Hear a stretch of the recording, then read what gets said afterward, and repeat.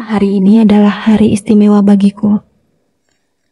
Hari ulang tahunku yang ke-18 terasa begitu magis, seolah membuka gerbang menuju dunia yang lebih dewasa, lebih bertanggung jawab, namun juga penuh kemungkinan.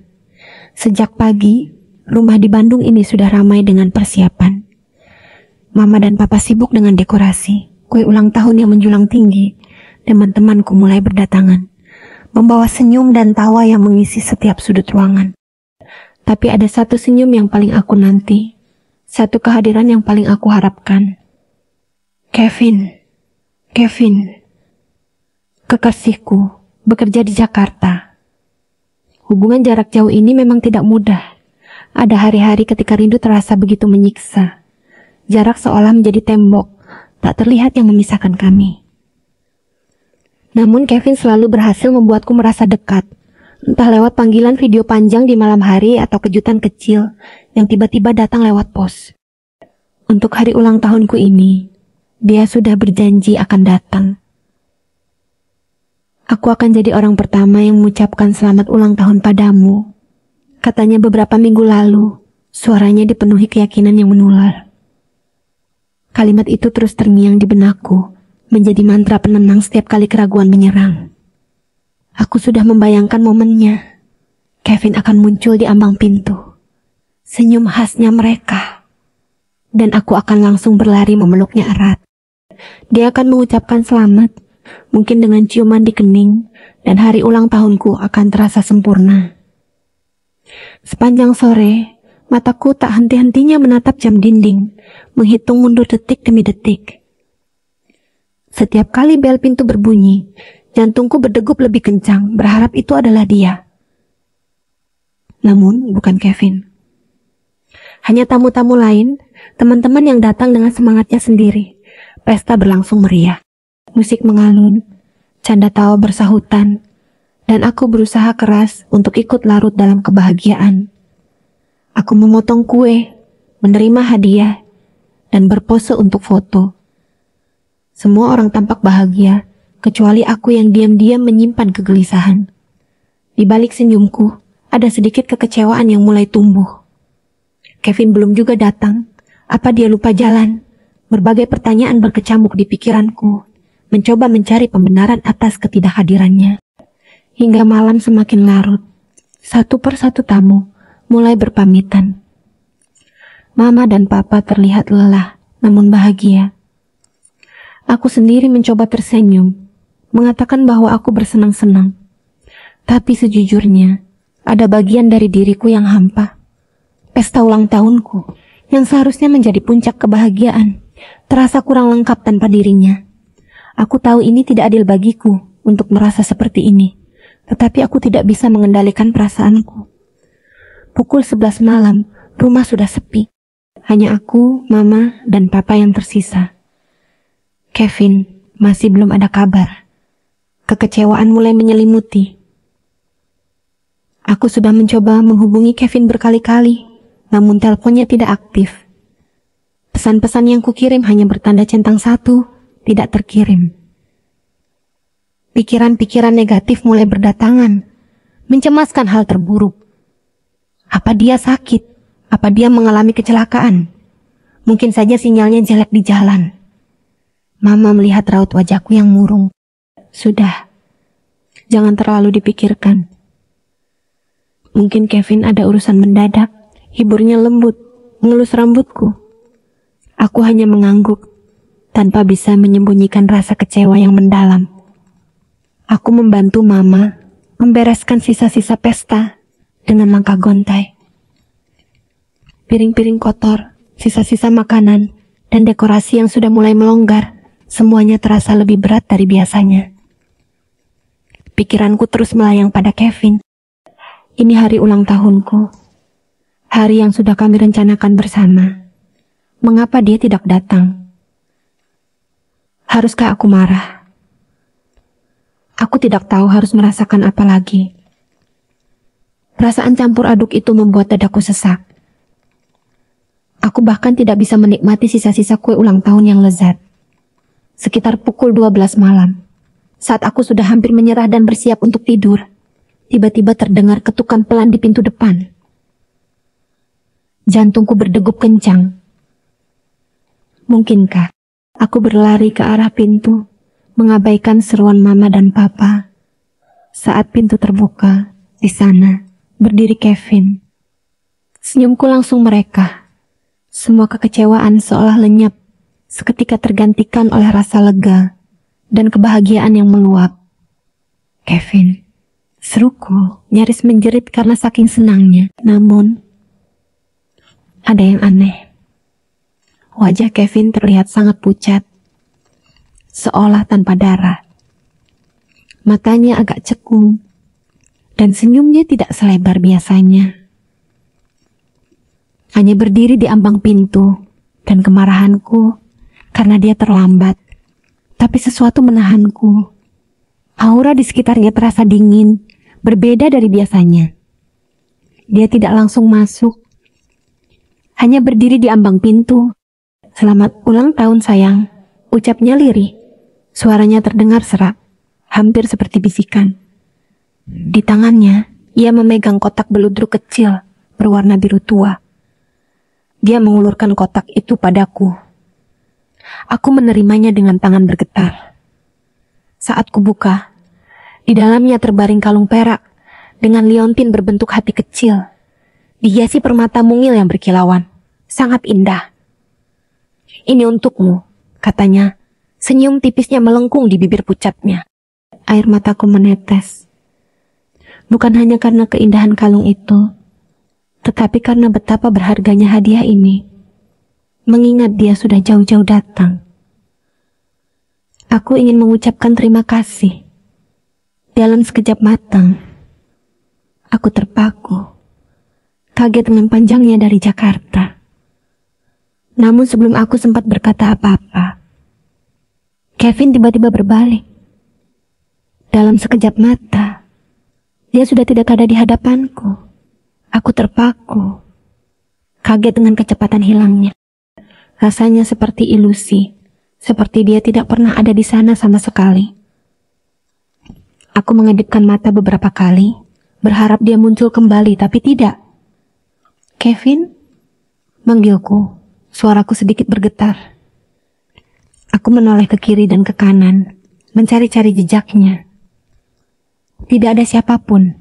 Jalanan di depan rumah sepi, hanya diterangi oleh lampu jalan yang redup. Semilir angin malam berembus membuatku merinding. Kemana dia tidak pamit? Kenapa dia begitu pucat? Pertanyaan-pertanyaan itu memenuhi benakku, membuatku bingung dan sedikit ketakutan. Aku terus memanggil namanya, melangkah lebih jauh ke halaman. "Kevin, kamu di mana?" Aku melihat ke arah pagar, ke arah jalan utama, tapi tidak ada tanda-tanda keberadaannya. Mustahil dia bisa menghilang secepat itu. Tidak ada mobil yang terlihat pergi. Rasanya seperti dia lenyap di telan kegelapan malam. Perasaan senangku, karena dia datang, perlahan-lahan tergantikan oleh kegelisahan yang aneh. "Mama." Dan papa menghampiriku, melihatku berdiri di luar dengan tatapan bingung. "Ada apa, Nak? Kevin sudah pulang?" tanya mama. Aku menoleh ke mereka, mencoba menjelaskan apa yang baru saja terjadi.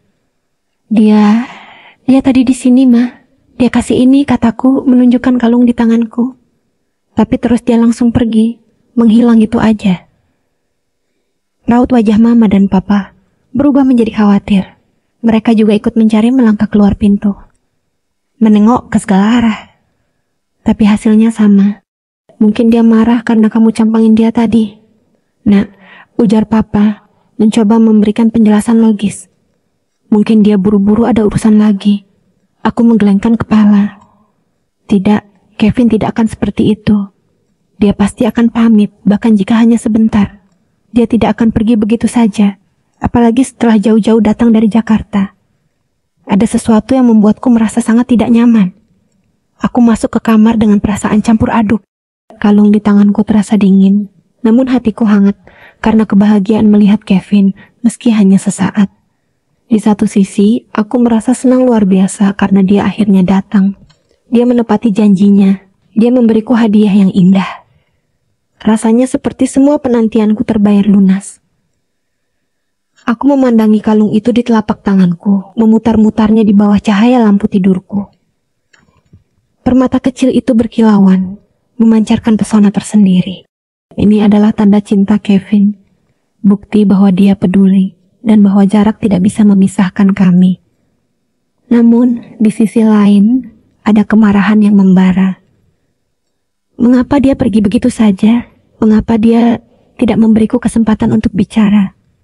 Aku ingin memarahinya karena terlambat, karena membuatku khawatir setengah mati.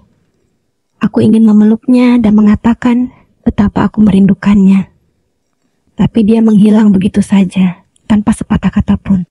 Sikapnya yang aneh, wajahnya yang pucat, dan caranya yang tiba-tiba lenyap, semuanya membuatku bingung. Ini bukan Kevin yang kukenal. Kevin yang kukenal akan bercanda, akan memelukku erat, dan akan menceritakan perjalanannya. Aku mencoba menenangkan diri, mencari penjelasan yang masuk akal. Mungkin dia merasa tidak enak badan, dan tidak ingin menunjukkannya padaku. Atau mungkin dia memang marah karena aku sempat terlihat murung di pesta. Ku tahu aku sempat terlihat kecewa, dan mungkin dia melihatnya. Tapi, benarkah begitu? Kevin adalah orang yang sangat pengertian. Dia akan mengerti perasaanku. Tidak mungkin dia pergi hanya karena itu. Aku bangkit dari tempat tidur, berjalan mondar-mandir di kamar. Aku menatap pantulan diriku di cermin, mencoba membaca ekspresiku sendiri. Aku masih mengenakan gaun ulang tahunku, rambutku yang sudah agak berantakan. Kalung dari Kevin masih kugenggam erat. Perasaan antara senang dan marah ini benar-benar menyiksa. Aku bahagia karena dia peduli, tapi juga marah karena dia membuatku cemas dan meninggalkan banyak pertanyaan tanpa jawaban. Malam itu, aku tidak bisa tidur nyenyak. Bayangan wajah pucat Kevin terus terlintas di benakku. Setiap kali aku menutup mata, aku melihatnya berdiri di ambang pintu memegang kotak beludru itu. Setiap kali aku mencoba memejamkan mata, aku merasakan dinginnya aura yang menguar darinya. Aku ingin sekali menelponnya, menanyakan apa yang terjadi. Tapi aku tahu nomor teleponnya masih tidak aktif. Aku hanya bisa menunggu sampai pagi, berharap dia menghubungiku dan menjelaskan semuanya. Aku berharap ini hanya salah paham, atau mungkin aku saja yang terlalu berlebihan. Tapi jauh di lubuk hatiku, ada firasat tidak enak yang terus menggerogoti. Malam yang panjang itu akhirnya berakhir. Aku terbangun dengan kepala pusing dan mata sembab. Hampir tidak tidur semalaman. Pikiran-pikiran tentang Kevin terus berputar di benakku. Hal pertama yang kulakukan setelah membuka mata adalah meraih ponsel di samping tempat tidur. Aku berharap ada pesan darinya atau bahkan panggilan tak terjawab. Namun, layar ponsel tetap hening. Tidak ada notifikasi sama sekali. Rasa kecewa kembali menyeruak, lebih kuat dari sebelumnya.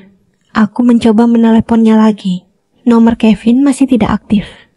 Aku mencoba berkali-kali, berharap ada keajaiban, tapi nihil. Perasaanku semakin tidak enak. Kevin tidak pernah seperti ini. Bahkan jika dia marah atau sibuk, dia pasti akan memberiku kabar. Ini, aku memutuskan untuk turun ke bawah. Berharap mama atau papa mungkin tahu sesuatu. Saat aku menuruni tangga, ku dengar mama sedang berbicara di telepon di ruang keluarga. Wajahnya terlihat pucat, sama pucatnya dengan wajah Kevin semalam. Ada kekhawatiran yang jelas terpancar di matanya. Aku berhenti di anak tangga terakhir, mencoba mendengar apa yang dikatakannya. Mama mengakhiri panggilan dengan mata berkaca-kaca. Papa? Yang duduk di sampingnya. Meraih tangan mama dan mengelusnya lembut. Ada apa, Ma? Tanyaku. Suaraku tercekat. Aku bisa merasakan firasat buruk yang merayapi seluruh tubuhku. Mama tidak menjawab. Dia hanya menggelengkan kepala. Air mata mulai mengalir di pipinya. Papa yang akhirnya bicara. Suaranya pelan dan berat. Seolah setiap kata adalah beban yang sulit diucapkan. Kevin. Nak, dia memulai. Lalu berhenti. mengalami kecelakaan dalam perjalanan ke sini kemarin malam. Duniaku runtuh seketika. Kata-kata itu menghantamku seperti palu godam. Kecelakaan? Tidak mungkin. Kevin baru saja datang, dia memberiku kalung. Aku melihatnya dengan mataku sendiri. Tidak orang tua Kevin yang telepon, kata mama. Aku berteriak, menunjuk kalung yang masih melingkar di leherku. Mama dan papa menatapku dengan tatapan kasihan, seolah aku sedang mengigau. Nah, tadi orang tua Kevin yang telepon, kata mama. Mobilnya mengalami kecelakaan fatal di tol Cipularang. Dia meninggal di tempat, nak. Sekitar pukul 9 malam kemarin. Jantungku seolah berhenti berdetak. Pukul 9 malam. Tapi aku bertemu dengannya lewat tengah malam. Dia datang, dia bicara padaku. Dia memberiku kalung. Ini tidak mungkin. Ini pasti mimpi buruk. Aku menggelengkan kepala kuat-kuat, menolak untuk mempercaya apa yang baru saja ku dengar. Air mata sudah menjiri pipiku, bercampur dengan kebingungan dan ketidakpercayaan. Tapi tidak mungkin. Aku melihatnya, Mapa. Aku bertemu Kevin semalam. Dia memberikan kalung ini padaku. Tanganku secara refleks memegang kalung di leherku, seolah ingin membuktikan bahwa apa saling pandang dengan ekspresi prihatin. Mereka jelas tidak tahu harus berkata apa. Bagaimana bisa aku melihat Kevin jika dia sudah meninggal beberapa jam sebelumnya? Sayang, mungkin kamu terlalu lelah dan berhalusinasi, kata papa lembut, mencoba mencari penjelasan logis. Atau mungkin kamu sangat berharap Kevin datang, sampai kamu membayangkan dia benar-benar ada. Aku menggelengkan kepalaku lagi. Tidak, aku tidak berhalusinasi. Wajahnya pucat, dia tidak banyak bicara. Dan dia menghilang begitu saja. Itu Kevin, Pama. Aku tahu itu dia. Aku histeris, tidak peduli lagi dengan suaraku yang parau. Aku mencengkeram kalung itu erat-erat, seolah itulah satu-satunya bukti kewarasanku. Bagaimana? Mungkin mereka tidak percaya padaku. Aku melihatnya, merasakan kehadirannya, bahkan menerima hadiah darinya. Mama mencoba memelukku, tapi aku menolaknya. Pikiranku kalut. Ini pasti salah paham. Pasti ada dua Kevin di dunia ini. Atau mereka salah orang. Tapi suara papa yang menjelaskan detail kecelakaan, lokasi dan waktu, semuanya terdengar terlalu nyata untuk diabaikan. Keluarga Kevin sudah dalam perjalanan ke Bandung untuk membawa jenazahnya pulang ke Jakarta. Semua terasa seperti mimpi buruk yang tidak bisa aku bangun darinya. Aku berlari ke kamarku, mengunci pintu, dan menjatuhkan diri di tempat tidur. Aku menangis sejadi-jadinya, melampiaskan semua kemarahan, kesedihan, dan kebingungan yang membuncah di dadaku. Kevin meninggal? Tidak, itu tidak mungkin. Dia baru saja berada di sini. Kalung ini adalah buktinya. Aku melepas kalung itu, memandangnya lekat-lekat. Bentuk hadiah perpisahan, hadiah dari seseorang yang sudah tidak ada. Tiba-tiba, sebuah pikiran mengerikan merayap di benakku. Jika Kevin meninggal pukul 9 malam, dan aku bertemu dengannya lewat tengah malam, lalu siapa yang datang ke rumahku semalam? Sebuah dingin menjalari tulang punggungku. Wajah pucatnya, sorot matanya yang kosong, dan cara dia menghilang tanpa jejak. Semua itu sekarang masuk akal. Bukan Kevin yang datang, tapi arwahnya. Bab 7 kunjungan terakhir firasat mengerikan itu semakin kuat. Arwah Kevin. Suara mama dan papa yang mengatakan Kevin meninggal pukul 9 malam, berjam-jam sebelum dia muncul di hadapanku. Wajahnya yang sangat pucat, seolah tanpa kehidupan. Yang kuanggap hanya karena kelelahan. Sorot matanya yang hampa, yang waktu itu tidak terlalu kupedulikan. Dan cara dia menghilang, lenyap begitu saja, seolah tidak pernah ada. Semua potongan teka-teki itu kini menyatu, membentuk gambaran yang menyayat hati. Dia tidak datang untuk merayakan ulang tahunku. Dia datang untuk mengucapkan selamat tinggal. Dia datang untuk menepati janji terakhirnya, meskipun raganya sudah tiada. Air mataku kembali tumpah. Kali ini bukan hanya karena kesedihan, tetapi juga karena rasa takut yang mencekam dan rasa haru yang tak terhingga. Kevin, bahkan dalam kematiannya, masih memegang janjinya padaku. Dia tidak ingin aku kecewa di hari ulang tahunku. Dia ingin memastikan aku penyiapan. Aku memeluk kalung itu erat-erat di dadaku. Kalung yang tadinya terasa dingin di tanganku, kini terasa hangat. Sangat kenangan kami. Ini bukan hanya sebuah perhiasan. Ini adalah simbol cinta abadi. Pengorbanan terakhirnya. Dia datang hanya untukku, melintasi batas antara hidup dan mati. Betapa besar cintanya padaku, hingga arwahnya pun tak rela jika bisa percaya. Apakah ini nyata? Apakah aku benar-benar baru saja didatangi oleh arwah kekasihku? Sulit untuk mencerna kenyataan ini. Otakku berusaha mencari penjelasan lain. Penjelasan yang lebih logis, yang tidak melibatkan hal-hal gaib. Tapi tidak ada. Semua tanda-tanda mengarah pada satu kesimpulan. Kevin datang sebagai arwah. Dia menembus dimensi, hanya untuk mengucapkan selamat ulang tahun dan memberikan hadiah terakhir. Rasa takutku bercampur dengan rasa takjub. Bagaimana bisa hal seperti ini terjadi? Apakah ini semacam keajaiban? Atau hanya kebetulan? Tidak. Ini adalah bukti bahwa cinta kami lebih kuat dari kematian. Kevin tidak hanya sekadar pergi. Dia datang kembali untuk sebuah perpisahan yang tak terduga. Sebuah perpisahan yang akan selalu terukir dalam ingatanku selamanya. Aku menghabiskan sisa hari itu di kamar, ditemani kesedihan yang tak terlukiskan. Mama dan Papa beberapa kali mengetuk pintu, mencoba membujukku keluar, tapi aku tidak sanggup. Pikiranku terlalu kalut, hatiku terlalu hancur. Aku memeluk kalung itu erat-erat, menatapnya berulang kali. Ini adalah satu-satunya bukti nyata bahwa Kevin datang semalam. Bahwa semua itu bukan hanya imajinasiku. Namun kalung ini juga menjadi pengingat yang menyakitkan akan kenyataan bahwa dia sudah tiada.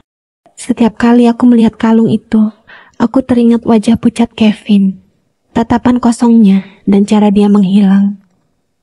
Rasanya seperti ada film horor yang terus berputar di kepalaku. Tapi di balik kengerian itu, ada kehangatan yang aneh. Kevin rela melakukan itu untukku. Bahkan dalam kematiannya, dia masih memikirkan perasaanku. Betapa tulusnya cintanya. Keesokan harinya, kami pergi ke rumah duka di Jakarta. Suasana di sana menyayat hati. Orang tua Kevin terlihat sangat terpukul. Aku melihat peti mati yang tertutup, tidak berani mendekat. Aku tidak sanggup melihatnya. Rasanya terlalu nyata, terlalu menyakitkan. Aku masih berharap ini semua hanya mimpi, dan aku akan terbangun melihat Kevin meneleponku, menceritakan leluconnya seperti biasa, tapi kenyataan terpampang jelas di hadapanku. Orang-orang berdatangan, mengucapkan belasungkawa, dan air mata tak henti-hentinya mengalir. Aku mencoba untuk tetap kuat, tapi air mataku terus menetes. Aku merasa seperti ada lubang besar di dadaku, sebuah kekosongan yang tidak akan pernah bisa terisi. Kevin pergi. Dia benar-benar pergi. Aku duduk di pojok ruangan, menyendiri. Aku tidak bisa berhenti memandangi kalung di leherku. Kalung ini adalah hadiah terakhirnya, sekaligus bukti dari kunjungan terakhir arwahnya. Apakah aku harus menyimpannya agar bisa melupakan kejadian mengerikan semalam? Tapi aku tidak bisa. Kalung ini adalah satu-satunya yang tersisa dari Kevin, satu-satunya yang menghubungkanku dengannya. Aku tahu, mulai sekarang hidupku tidak akan sama lagi. Pergi berlibur bersamanya, makan di restoran favorit kami, menonton film bersama, semua itu tidak akan pernah terjadi lagi. Masa depan yang dulu kubayangkan bersamanya, kini hanya tinggal kenangan. Aku merasa sangat marah pada takdir yang begitu kejam. Mengapa dia harus pergi di hari ulang tahunku? Pertanyaan-pertanyaan itu terus berputar di benakku tanpa jawaban. Minggu-minggu berlalu setelah kepergian Kevin, namun luka di hatiku masih menganga. Setiap pagi, aku terbangun dengan perasaan hampa yang sama. Rumah terasa begitu sepi, bahkan saat ada mama dan papa. Aku mencoba kembali ke rutinitas sekolah, tapi rasanya semua pelajaran jadi kabur. Teman-teman mencoba menghiburku, mengajakku keluar, tapi aku hanya ingin sendiri. Aku masih sering memandangi kalung dari Kevin. Kalung itu menjadi pengingat akan kenyataan pahit yang harus aku terima. Aku sering bertanya pada diriku sendiri, mengapa Kevin harus menampakkan diri kepadaku sebagai arwah? Apakah dia ingin menyampaikan sesuatu? Ataukah dia hanya ingin mengucapkan selamat tinggal secara langsung? Aku tidak punya jawabannya, dan itu membuatku semakin frustasi. Aku berusaha mencari informasi tentang fenomena arwah, membaca buku-buku, mencari di internet, tapi tidak ada yang bisa memberiku jawaban pasti. Suatu malam, aku bermimpi tentang Kevin. Dia tidak pucat lagi, senyumnya cerah seperti dulu. Dia memegang tanganku dan mengucapkan, "Jangan sedih sayang." Aku terbangun dengan air mata di pipi, tapi kali ini bukan air mata kesedihan yang menyesakkan, melainkan air mata kelegaan. Mungkin itu adalah pesan darinya. Mungkin dia ingin aku tahu bahwa dia baik-baik saja, dan dia ingin aku mulai mencoba menerima kenyataan. Kevin memang sudah pergi, raganya tidak ada lagi di dunia ini. Tapi kenangannya, cintanya, dan kehadirannya dalam bentuk arwah di hari ulang tahunku. Aku menyadari bahwa kalung ini bukan hanya sekadar hadiah perpisahan, tetapi juga janji. Janji bahwa cinta kami akan selalu ada, melampaui batas hidup dan mati. Aku mulai berbicara dengan mama dan papa tentang perasaanku. Mereka mendengarkan dengan sabar dan memberikan dukungan yang tak terbatas. Aku menceritakan secara detail apa yang kualami di malam ulang tahunku. Mereka tidak lagi meragukanku. Mereka percaya padaku, dan itu membuatku merasa sedikit lebih ringan. Kami mengenang Kevin bersama-sama, menceritakan kisah-kisah lucu tentangnya, dan menangis bersama.